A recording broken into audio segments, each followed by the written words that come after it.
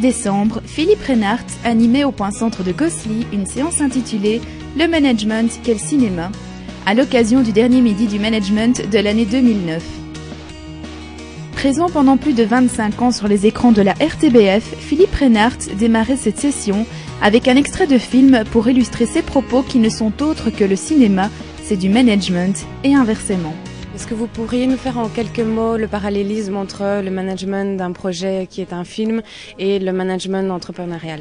À l'intérieur de la fabrication de nos films, on retrouve tous les schémas du management tel qu'on connaît dans n'importe quelle entreprise finalement, c'est-à-dire une sorte de triangle qui divise entre le financier, évidemment indispensable, sinon le film ne se fait pas, l'artistique, les choix du réalisateur, ses comédiens, etc. Mais en entreprise, on a aussi les créatifs, il n'y a pas de recherche et de développement sans créativité.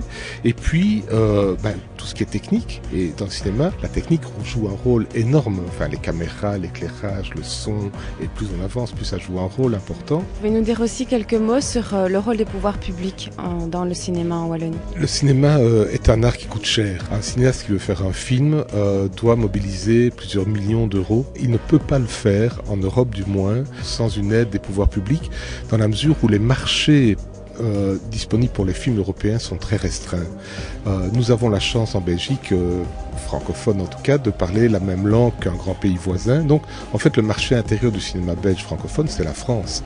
Parce que si on devait vivre sur les 4 millions potentiels de spectateurs, mais tout le monde ne va pas au cinéma évidemment, on n'arriverait jamais à rentabiliser les investissements du cinéma. Donc il y a besoin d'intervention des pouvoirs publics. Maintenant la nouveauté c'est que depuis 10 ans, la région wallonne a pris ses responsabilités aussi, mais sur un autre terrain, en disant ok, la communauté française fait son travail pour que le cinéma existe culturellement, mais nous devons aider les techniciens du cinéma en Wallonie, les comédiens, enfin tous les talents wallons, nous devons les aider à pouvoir vivre de leur métier et pas être obligés de partir à Paris, ce qui arrivait tout le temps avant.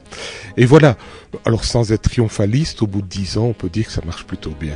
Est-ce que vous pouvez aussi nous dire un petit mot sur les initiatives et la dynamique d'YTech dans le domaine de l'audiovisuel? J'ai découvert qu'YTech faisait partie de ces acteurs actifs pour le cinéma, notamment par la création d'un club d'entrepreneurs audiovisuels à Charleroi, et mieux que ça, par le fait d'avoir aiguillé ces entrepreneurs vers des investisseurs tax shelter. YTech s'est positionné comme acteur intermédiaire en mettant en contact des entrepreneurs et des prestataires de services cinématographiques. Cette séance était la dernière de l'année 2009. La prochaine session se tiendra le mercredi 3 février à midi. Pour découvrir les prochaines dates, rendez-vous sur www.mididumanagement.be.